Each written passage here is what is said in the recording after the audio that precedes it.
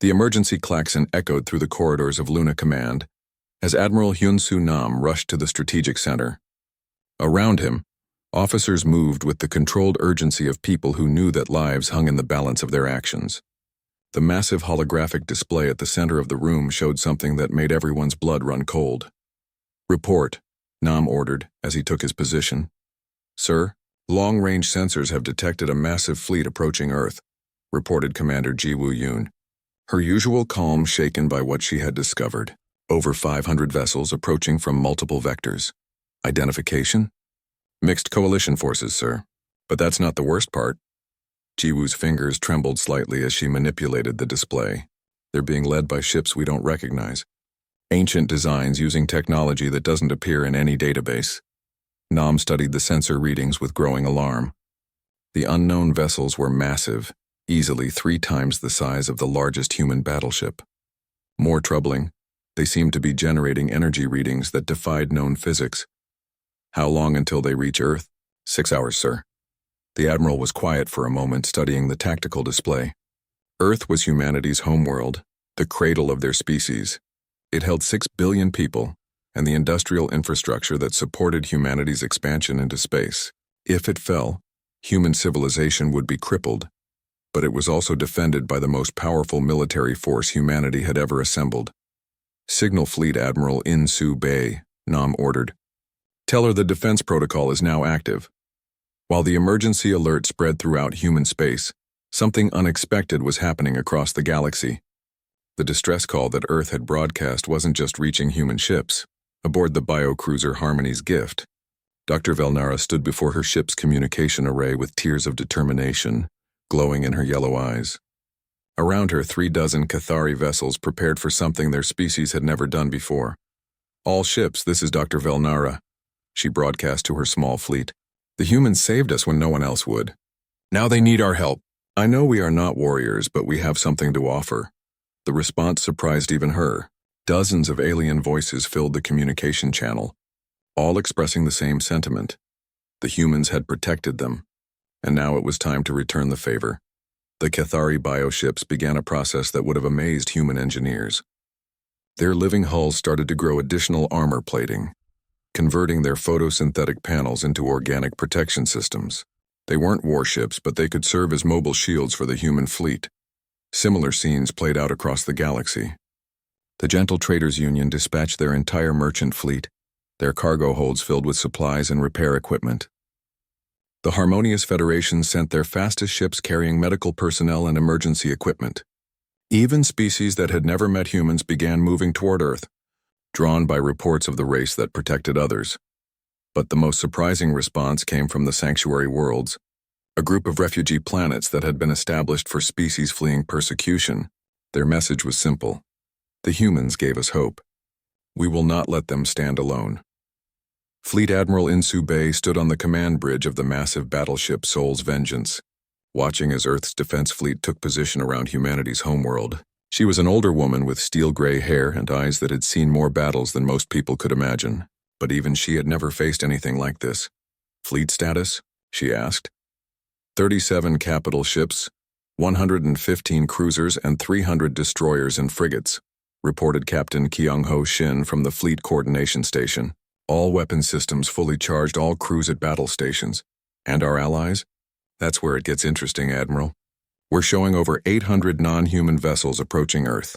They're not military ships, but they're carrying supplies, medical equipment, and volunteers." Bay felt a strange warmth in her chest.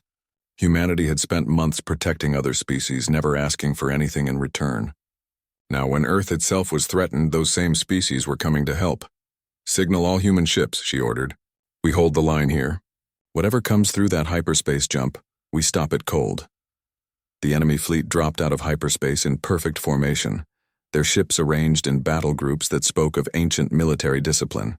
The coalition vessels looked almost primitive next to the massive unknown ships that led the formation. "Admiral, we're receiving a transmission," reported the communications officer. The main view screen flickered to life, showing a figure that made everyone on the bridge take an involuntary step backward. The alien was tall and gaunt, with pale skin that seemed to absorb light and eyes like black holes. When it spoke, Its voice carried the weight of millennia. "I am Sovereign Malthek of the Eternal Dominion," it said in perfect standard galactic. "We have ruled this galaxy for 10,000 years, and we have awakened to deal with the chaos you humans have caused." Admiral Bay stepped forward. "This is Fleet Admiral Bay of the Human Defense Force. You are approaching Earth without authorization. State your intentions." Malthek's laugh was like the sound of dying stars. "Intentions? We intend to restore order. Your species has upset the natural balance of power. Weak races should be ruled by strong ones. That is the way of the universe."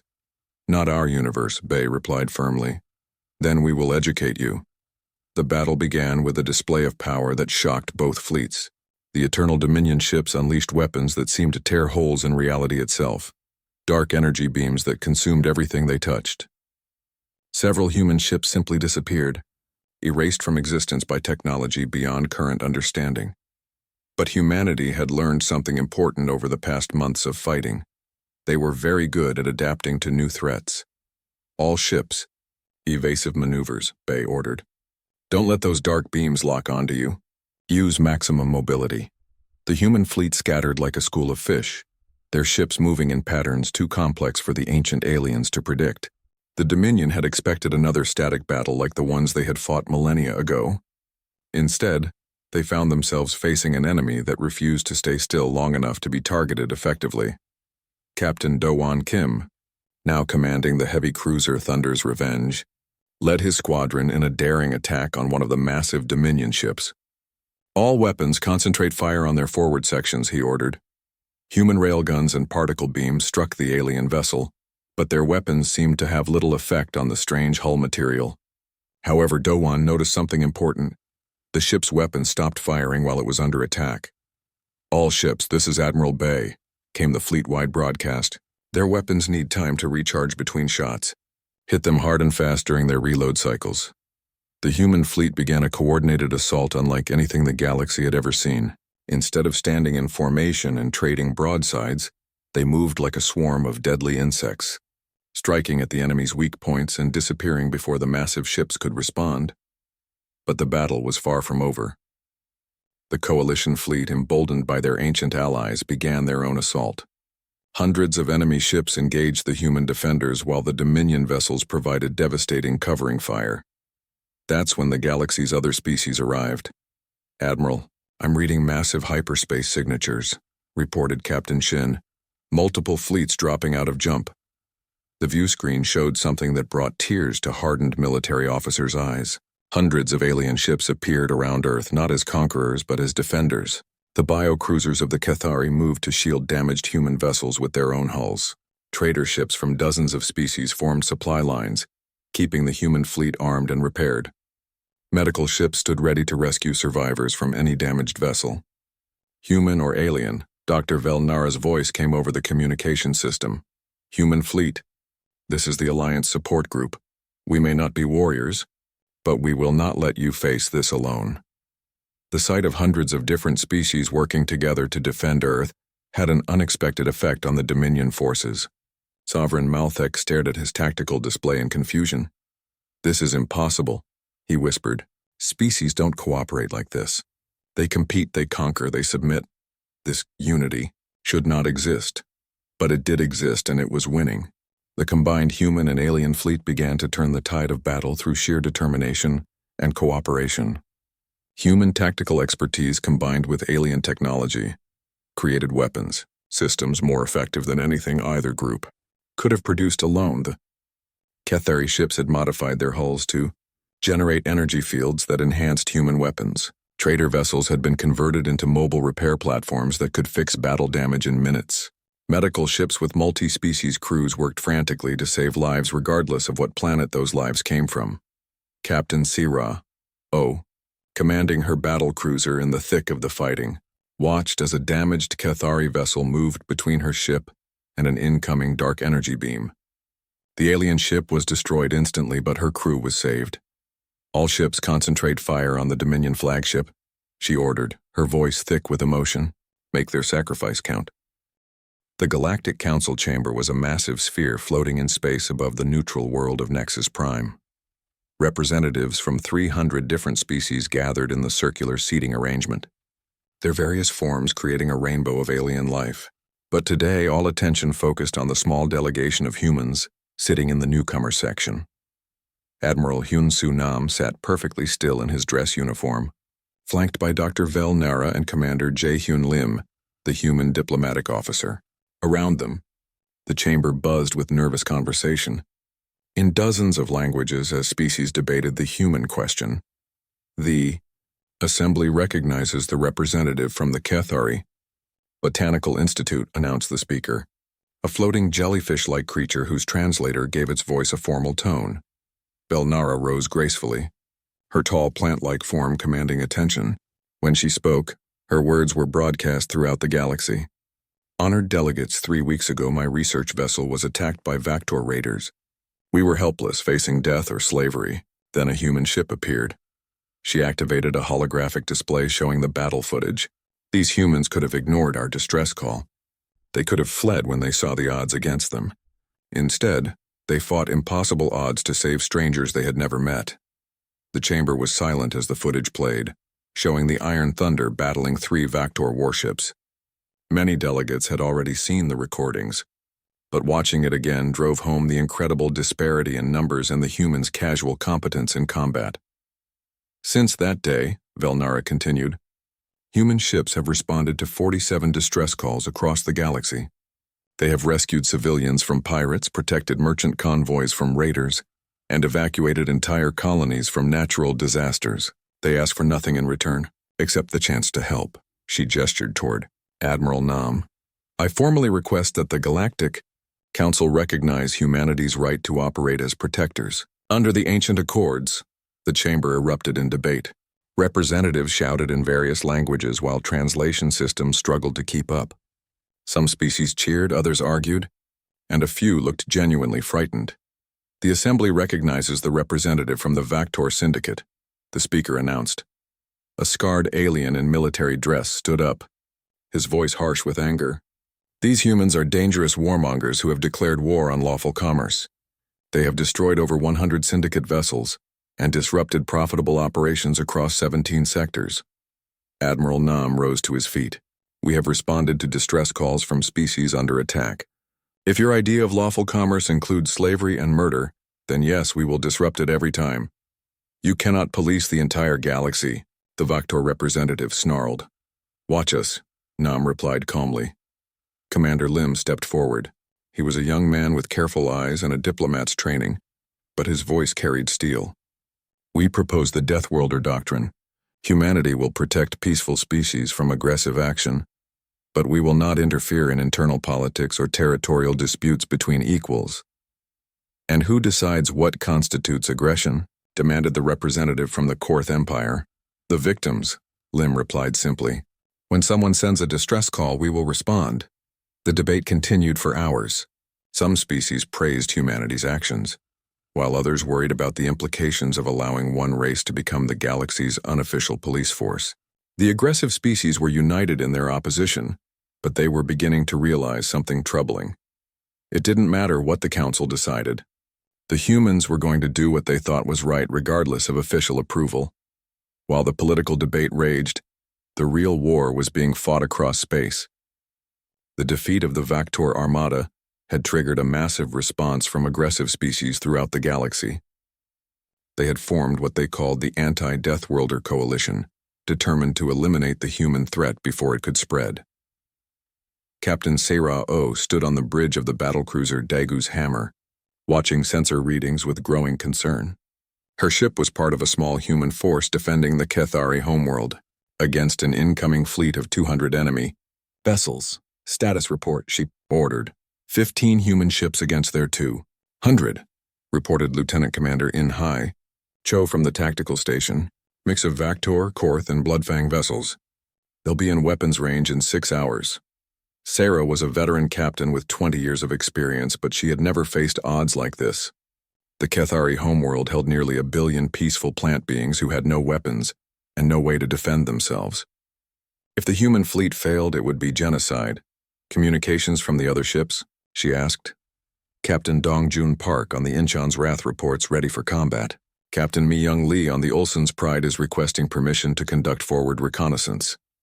In-Hai paused. All ships report ready to engage, ma'am. Sayra nodded. 15 ships and their crews against impossible odds. But they had advantages their enemies didn't understand. Human ships were built for war in ways that alien vessels were not. More importantly, they were crewed by humans who had learned something important about themselves over the past few weeks. When they fought for others instead of just themselves, they became something more than human.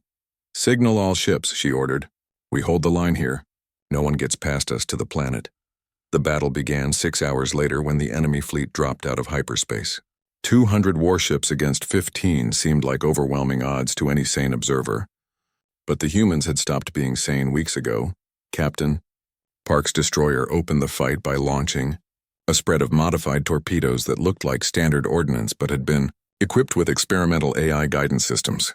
Each torpedo found its target with perfect accuracy, crippling 6 enemy ships in the opening salvo. Captain Lee's frigate squadron used a tactic they called ghost dancing, appearing and disappearing around the edge of the enemy formation like deadly phantoms. Their rapid-fire railguns cut through enemy armor like paper, leaving burning hulks in their wake. But it was Sayra's battlecruiser that truly shocked the coalition forces.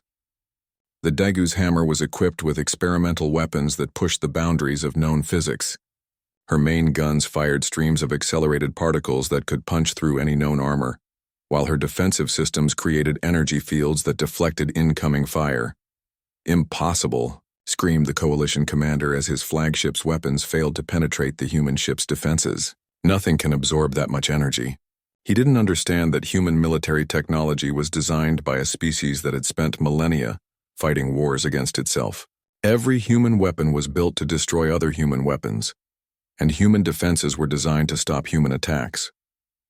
Against aliens who had spent their time bullying peaceful species, it was like bringing nuclear weapons to a knife fight. The coalition fleet, despite its numerical advantage, began to crumble under the human assault. Their ships were designed for intimidation and overwhelming force, not for fighting enemies who were actually better at war than they were. All ships, this is Captain O. Sayra broadcast to the enemy fleet as her weapons systematically destroyed their formations. You came here to murder innocent civilians. You picked the wrong species to fight. Withdraw now or we will destroy every single one of your ships.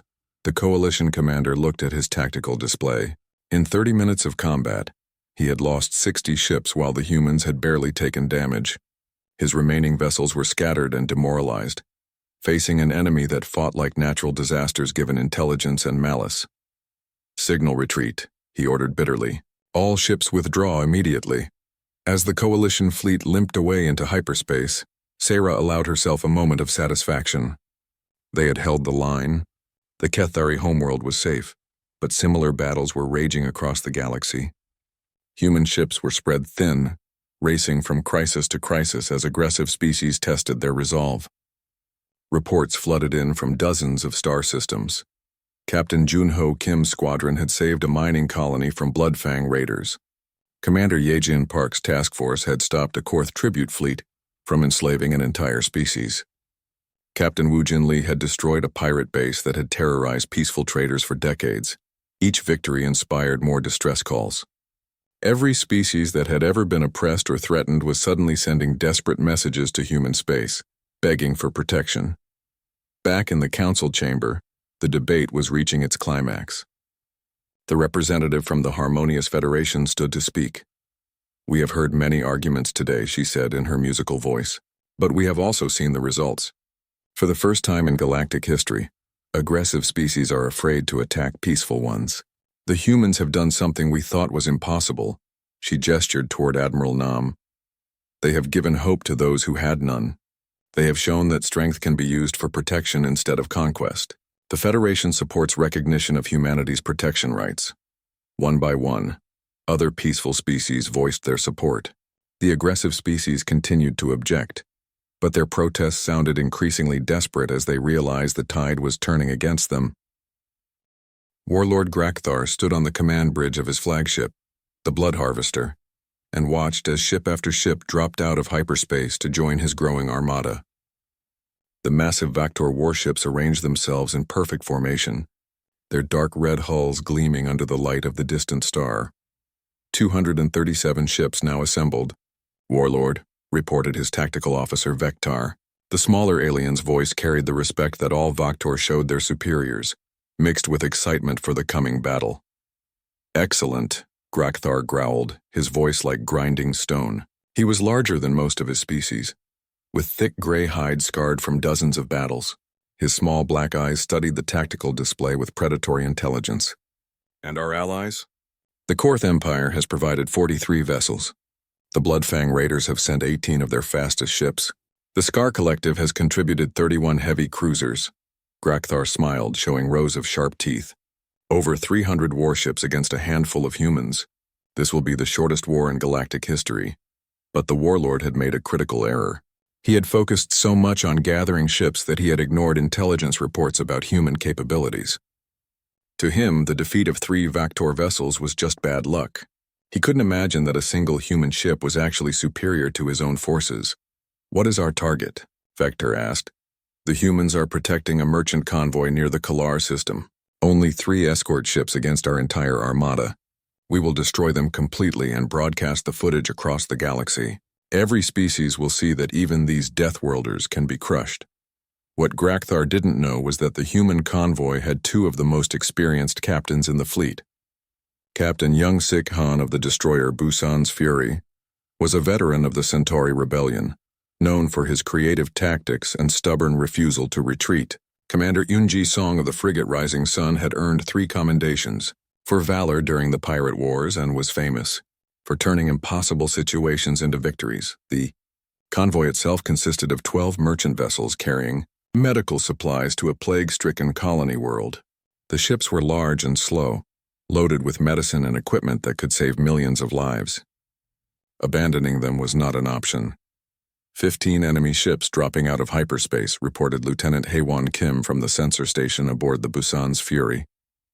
Wait, correction. More ships appearing. I count 35 and 57 and 89. Captain Han watched the tactical display with growing amazement. How many total? Sir, over 300 hostile vessels.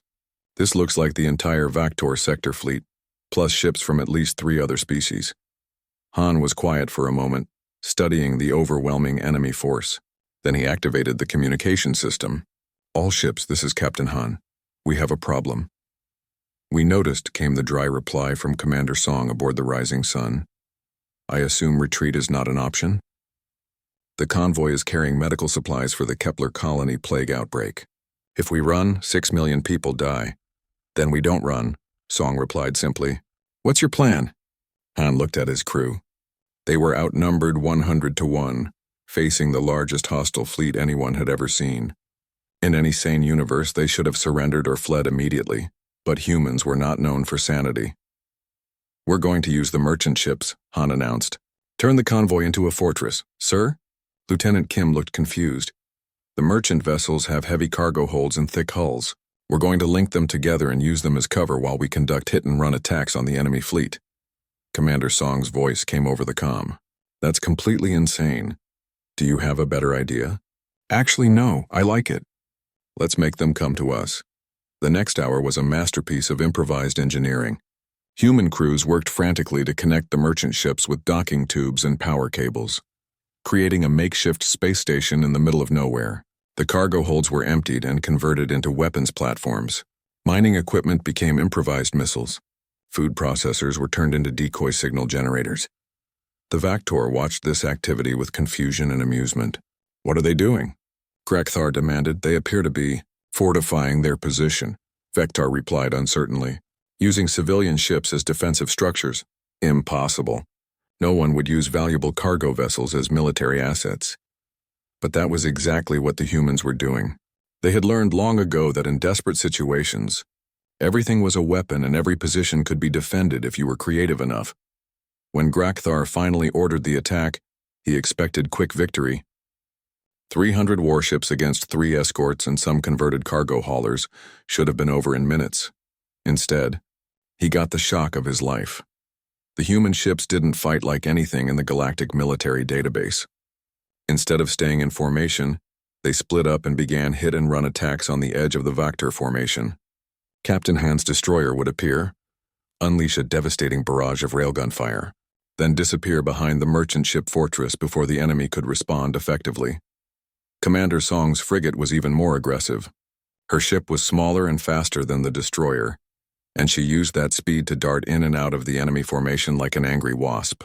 Her crew had modified their weapons to fire explosive rounds that scattered shrapnel in all directions, causing massive damage to multiple ships with each attack. "This is impossible," Grakthar roared as another of his ships exploded. "How are 3 ships destroying our entire fleet?" The problem was that the Vactor, like most galactic species, fought wars based on overwhelming force and superior numbers.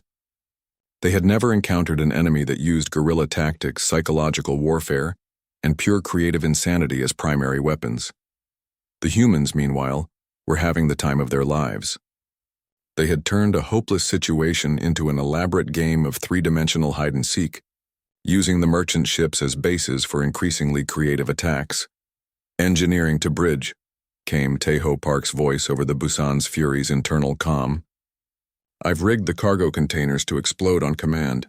We can use them as massive space mines. Do it," Han ordered. "Launch all containers on intercept courses with enemy ships." Dozens of cargo containers filled with medical supplies shot out from the fortress, looking like harmless debris. When Vactor ships moved to investigate, the containers exploded with devastating force, taking out entire sections of the enemy fleet. "They're using medicine as weapons," Vector reported in horror. "That's not even possible," Grakthar replied, but the humans weren't finished.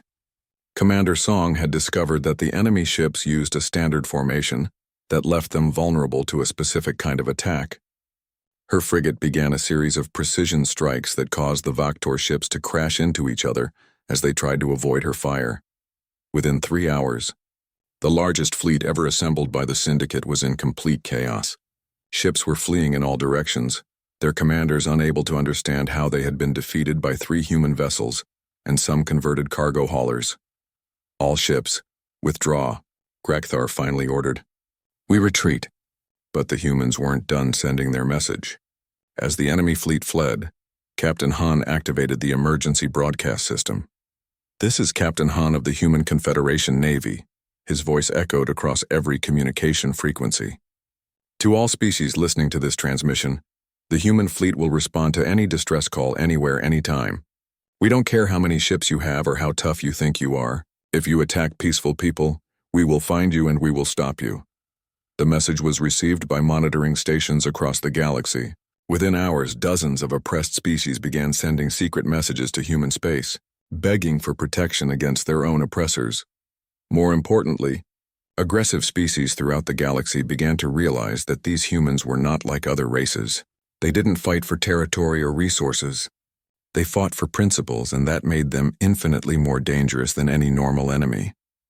Aboard the Rising Sun, Commander Song reviewed the battle footage with amazement. "Hunji, we just destroyed over 60 enemy ships and sent 300 more running away." "I know," she replied. "And we did it with 3 ships and some creative thinking. The galaxy is going to go crazy when they see this." Song smiled. "Good. Maybe next time someone attacks innocent people, they'll think twice about it." But even as the humans celebrated their victory, intelligence reports were flooding in. The defeat of the Syndicate had caused panic among aggressive species throughout the galaxy. Some were forming larger alliances. Others were beginning to target human colonies directly. And in the deepest regions of space, ancient powers that had slept for millennia were beginning to take notice of the strange new species that fought like demons but protected like angels. The galaxy was about to discover that when Deathworlders decided to take a stand, the universe itself would have to choose sides. Admiral Hyun-Soo Nam stood before the massive holographic display in the command center of the fleet carrier Soul's Pride. The images showed the battle footage from the Iron Thunder, and he watched it for the 3rd time with growing concern. His weathered face showed no emotion, but his staff knew him well enough to recognize the tension in his shoulders. "Play the part where they engage the second ship." "Again," he ordered. The hologram rewound and showed the moment when Captain Do-won's destroyer had crippled a Vactor warship twice its size in under 2 minutes. The enemy vessel's engine section exploded in brilliant light as human railgun rounds found their mark with surgical precision. Intelligence analysis. Commander Yoon, the Admiral said without turning around. Ji Woo Yoon stepped forward, her uniform crisp and her expression serious. She was young for an intelligence officer, but her mind was sharp and she missed nothing important. Sir, we've intercepted 17 separate Vector transmissions in the past 6 hours. They're mobilizing their entire sector fleet. How many ships? At least 60 warships, possibly more. They're calling it an elimination action against what they're terming a new threat species. Admiral Nam finally turned around. His staff could see the weight of command in his eyes. They think we're a threat. Sir, with respect, maybe we are, said Commander Park Min-jae from the Strategic Planning Station. He was a tall man with careful eyes who had spent years studying galactic politics. We just destroyed 3 of their ships without taking significant damage. From their perspective, we appeared from nowhere and crushed them. The Admiral walked to his command chair and sat down heavily. What's the status on Captain Do-won's ship? The Iron Thunder is escorting the Cathari vessel to Sanctuary Station, Ji Woo reported. The aliens have been asking a lot of questions about human capabilities in our homeworld. What kind of questions? They want to know how we fight so effectively. They're asking about our weapons, our tactics, our training, but mostly they're asking about Earth. Admiral Nam felt a cold chill run down his spine. What have we told them? Captain Do-won has been following standard protocol. Basic information only. But sir, they're scientists. They're putting pieces together on their own. The holographic display changed to show intercepted alien communications. Text scrolled past in various languages, but the translation was clear enough. Species across the galaxy were talking about the humans who had challenged the Vector Syndicate and won. They're calling us Deathworlders, Ji Woo continued. That's a term for species that evolved on extremely dangerous planets. Most galactic races evolved on what they call garden worlds, with stable climates and peaceful ecosystems. Commander Park stepped forward. Sir, I've been reviewing the galactic database. The average gravity on inhabited worlds is about 60% of Earth normal. The average predator is smaller than a house cat. Most species have never experienced what we would call severe weather, and now they know we exist, the Admiral said quietly. Meanwhile, aboard the Iron Thunder, Dr. Velnara was learning things about her rescuers that both amazed and terrified her. Ship's doctor Min-ho Kang had been treating her injuries, and their conversation had revealed disturbing facts about human physiology. Your bone density is incredible, Min-ho was saying as he scanned her arm with a medical device. But it's so much lighter than human bone. How do you survive impacts? We don't often experience impacts, Velnara replied carefully. Our world is peaceful. There are no large predators, no extreme weather. We evolved to live in harmony with our environment. Min-ho nodded and made notes on his tablet. That makes sense. Your cardiovascular system is designed for low stress, low activity, very efficient for a stable environment. What about humans? She asked. Your ship's gravity feels very heavy to me. The human doctor smiled. This is actually lower than Earth normal. We keep ship gravity at about 80% to be more comfortable for alien visitors. Earth itself has twice the gravity you're used to. Velnara felt dizzy. Twice? Oh yes. And our weather systems regularly produce storms with winds over 200 kilometers per hour. We have earthquakes that can level cities, volcanoes that can change the climate, floods that can cover continents. Min-ho spoke casually, as if describing a pleasant garden. Then there are the predators. Predators? Well, Earth has thousands of species that could easily kill a human. Bears that weigh 800 kilograms, cats that can leap 15 meters, snakes with venom that can stop your heart in minutes. And those are just the land animals. Velnara's yellow eyes grew wide. How do you survive? Min-ho laughed. We learned to be better predators than anything else on the planet. Humans are persistence hunters. We can chase prey for days without stopping. We can throw projectiles with deadly accuracy. We can cooperate in ways that allow us to bring down creatures 10 times our size. The Cathari scientist felt a chill that had nothing to do with the ship's temperature. You're apex predators. I suppose we are, but we're also social creatures.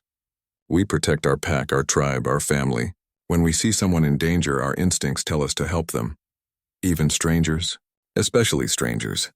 It's what makes us human. Velnara was quiet for a long time after that.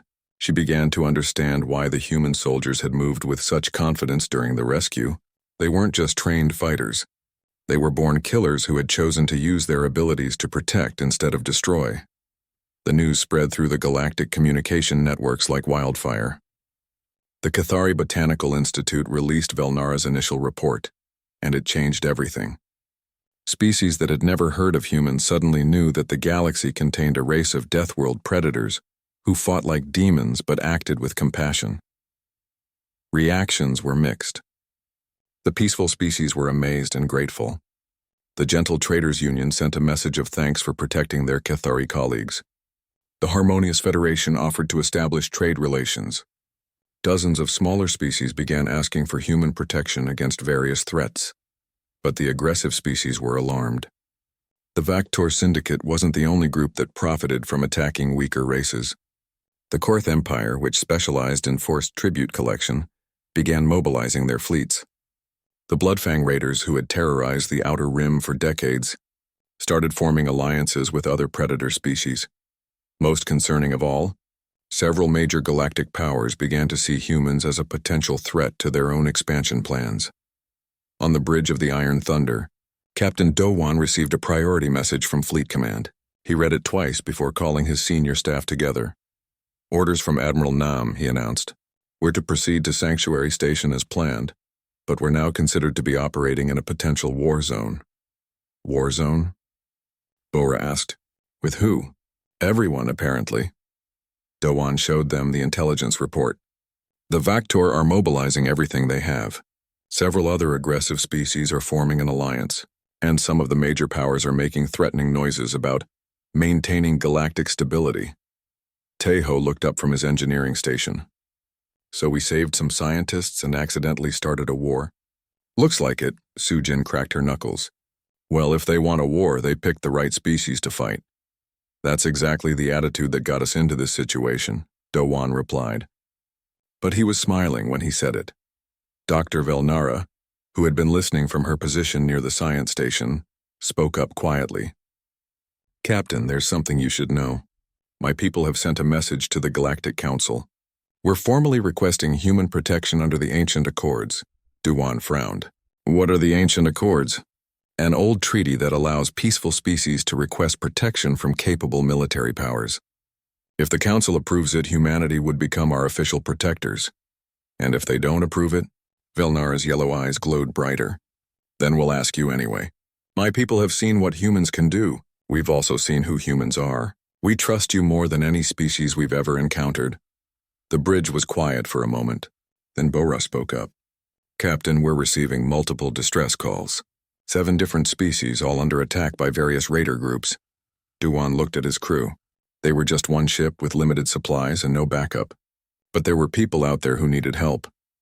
Plot courses to all distress signals, he ordered. We'll help who we can. Sir, we can't be in 7 places at once, Tejo pointed out. Then we'll prioritize based on who needs help the most. Dowan stood up and walked to the main view screen. Send a message to Admiral Nam. Tell him we're going to need more ships.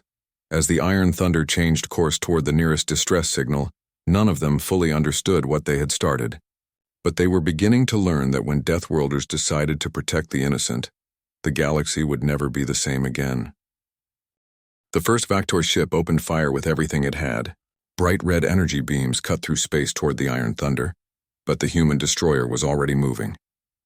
Captain Dowan watched calmly as his ship twisted and rolled, avoiding the worst of the enemy fire. Bora, target their weapons, he ordered. Targeting now, sir? Bora's hands flew over her controls. The human ship's weapons were different from anything the Vactor had seen before. Instead of energy beams, the Iron Thunder fired solid projectiles at incredible speed. The railgun rounds hit the lead Vactor ship like hammer blows, punching through its armor and destroying weapon batteries.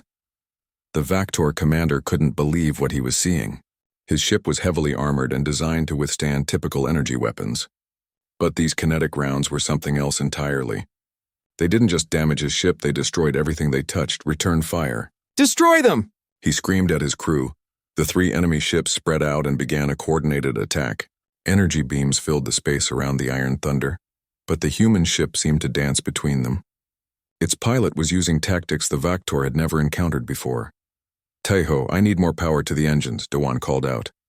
Already on it, Captain, the engineer replied. His fingers worked magic on his control panel, pushing the ship's reactor beyond its normal limits. I can give you 150% for about 10 minutes before we risk overload.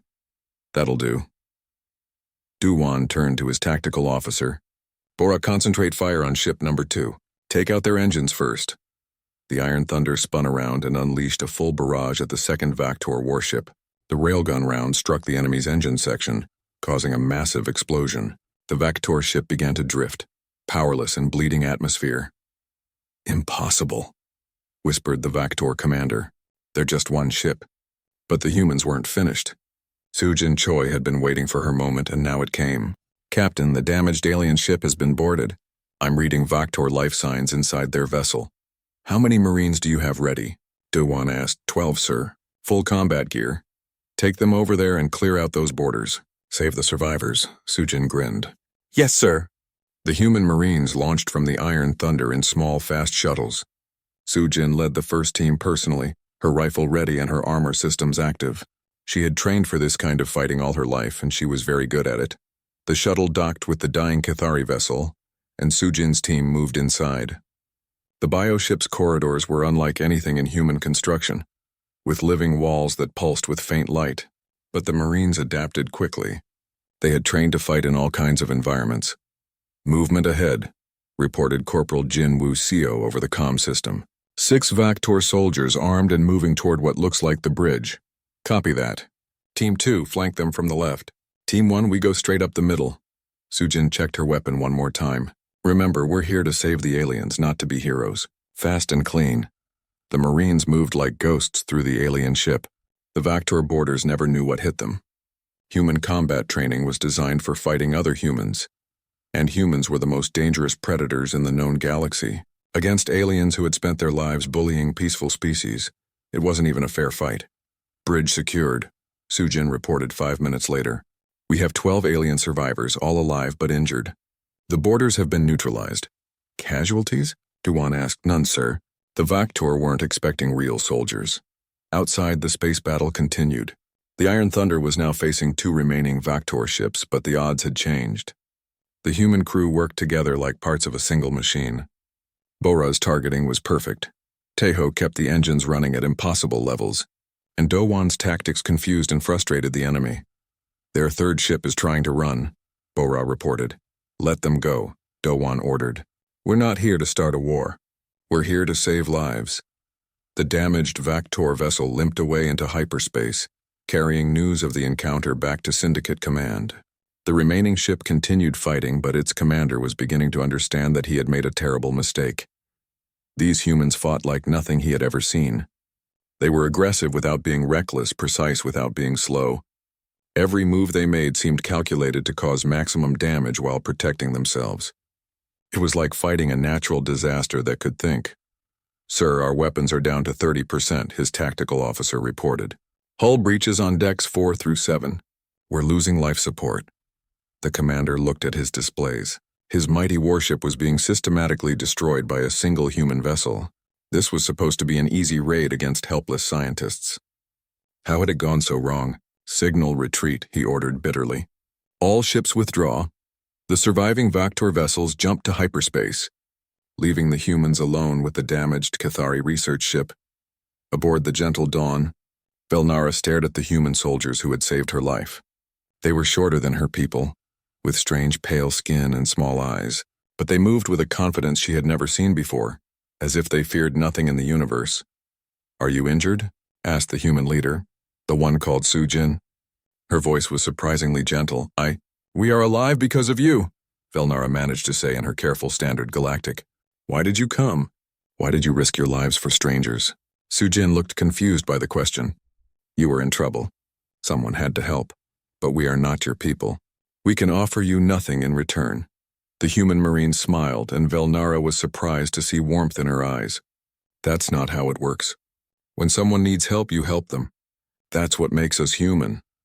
Other human soldiers were moving through the ship, treating wounded Cathari with medical supplies and helping repair damaged systems.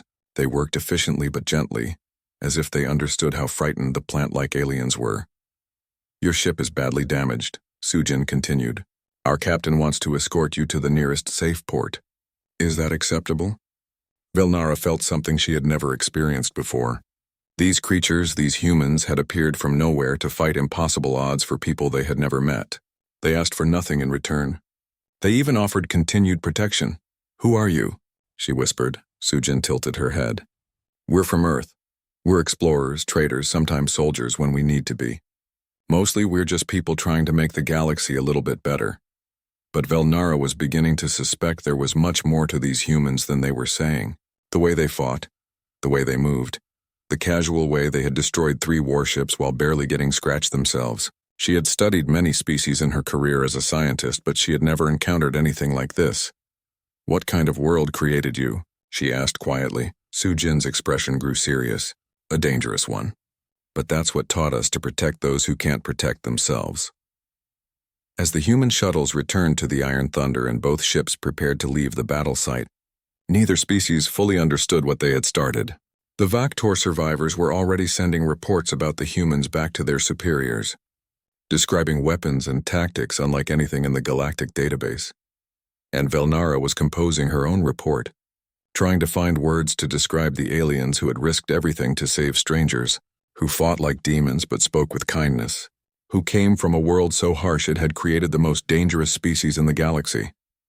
A species that used their deadly skills not for conquest, but for protection. The galaxy was about to learn what it meant when Deathworlders decided to care. The soft blue lights of the research vessel Gentle Dawn flickered as another blast hit the ship's biohull. Velnara pressed her thin green fingers against the control panel, watching the readings with growing fear. The living walls of her ship were dying, and there was nothing she could do to stop it. "Dr. Velnara, they've broken through Section 7, called out her assistant Morthak from across the bridge. His voice shook with terror. Like all Cathari, he was tall and slender, with skin that looked like smooth bark and eyes that glowed soft yellow in the dim light. Velnara closed her eyes for a moment. They were peaceful scientists, studying rare plants in the outer rim of the galaxy. They had never hurt anyone, but that didn't matter to the Vactor Syndicate. The brutal raiders saw only weakness and opportunity. The Vactor were everything the Cathari were not. Where the plant-like Cathari grew their ships from living trees and spent their lives nurturing life, the Vactor built massive war machines and conquered other species to use as slaves. Their ships looked like metal insects, covered in weapons and painted in the dark red color of dried blood. Another explosion shook the Gentle Dawn. Through the transparent bio walls, Velnara could see 3 Vactor warships surrounding them. Each one was 3 times the size of her research vessel. Laser fire cut through space like deadly rain, slowly tearing her ship apart. "Send out a distress call," she told Morthak. "Use all frequencies." "Doctor, there's no one out here," he replied sadly. "We're in the lawless territories. Even if someone hears us, why would they help strangers?" Velnara looked at her crew of 12 scientists and researchers. They had devoted their lives to understanding the universe, not fighting wars. Most had never even seen violence before today. Now they cowered behind their stations, waiting to die or become slaves. "Send the call anyway," she said firmly. "Maybe someone will surprise us." Far across the void of space, Captain Do-Won Kim sat in his command chair aboard the human destroyer Iron Thunder. He was a middle-aged man with graying hair and tired eyes that had seen too much war during humanity's expansion into space. The bridge around him hummed with quiet efficiency as his crew went about their duties. "Captain," called out Bora Lee from the tactical station. She was younger than Do-Won, with short black hair and sharp eyes that missed nothing. "I'm picking up a distress signal. Alien origin, about 6 light minutes from our position." Do-Won frowned. "What kind of signal?" "Universal emergency frequency. Someone's in serious trouble." Bora's fingers danced over her controls. 3 ships attacking one. The attackers are broadcasting Vactor identification codes. The captain felt his jaw tighten. He knew about the Vactor Syndicate from intelligence reports. They were slavers and pirates who preyed on weaker species. Most civilized races simply avoided the territories where the Vactor operated. "Sir," came a voice from the engineering station. Tejo Park was a thin man with careful hands and an engineer's mind that could fix almost anything. "The ship being attacked appears to be a Cathari research vessel. They're peaceful scientists." Do-Won stood up and walked to the main view screen. The stars looked the same as always, cold and distant. But somewhere out there, innocent people were dying while raiders destroyed their lives for profit. "Captain," said Sujin Choi from her position at the Marine Command Station. She was compact and muscular, with scars on her hands from years of combat training. The Cathari are known to be completely peaceful. They've never harmed anyone. Recommendations? Duan asked his crew. We're outnumbered 3-1, Bora replied. Those are warships, not civilian vessels. We'd be taking a huge risk. The nearest human fleet is 4 days away, added Teho. If we get into trouble, we'll be on our own. Sujin crossed her arms. Since when do humans abandon people who need help? Duan looked at his crew. They had been together for 2 years, fighting pirates and exploring the galaxy. They trusted each other completely. But this was different. This wasn't their fight. These weren't their people. Then he thought about the stories his grandmother had told him about Earth's history. About ordinary people who chose to help strangers even when it was dangerous. About soldiers who died protecting those who couldn't protect themselves. Set course for the distress signal, he ordered. Maximum speed. Sir, are you sure? Bora asked. Someone's in trouble, Dowan replied simply. We're going to help them. The Iron Thunder turned toward the source of the distress call and jumped to hyperspace. Minutes later, they dropped back into normal space to find exactly what Bora had described. 3 large Vactor warships surrounding a dying alien vessel. The Cathari ship was beautiful in a way that human ships were not. Instead of metal and straight lines, it looked like a massive tree growing in space. Its living hull glowed with soft bioluminescence. But that glow was fading as the ship slowly died under the Vactor assault. Incoming transmission, Bora announced. The main screen flickered to life, showing the face of a Vactor commander. The alien had thick gray skin, small black eyes, and rows of sharp teeth. When he spoke, his voice sounded like rocks grinding together. Human ship, you will leave immediately. We claim salvage rights on this vessel and its cargo. Duan stepped forward. That ship is still broadcasting a distress signal. There are survivors aboard. The Vactor commander laughed, a harsh sound that made several crew members wince. Survivors will make excellent slaves. Their science knowledge will be useful. Leave now or we will add your ship to our collection. I don't think so, Dowan replied calmly. The alien's eyes widened with surprise. Most species in the galaxy knew better than to challenge the Vactor syndicate directly. These humans were either very brave or very stupid. You dare threaten us? Your single ship against our 3 warships? Dowan smiled, but there was no warmth in it.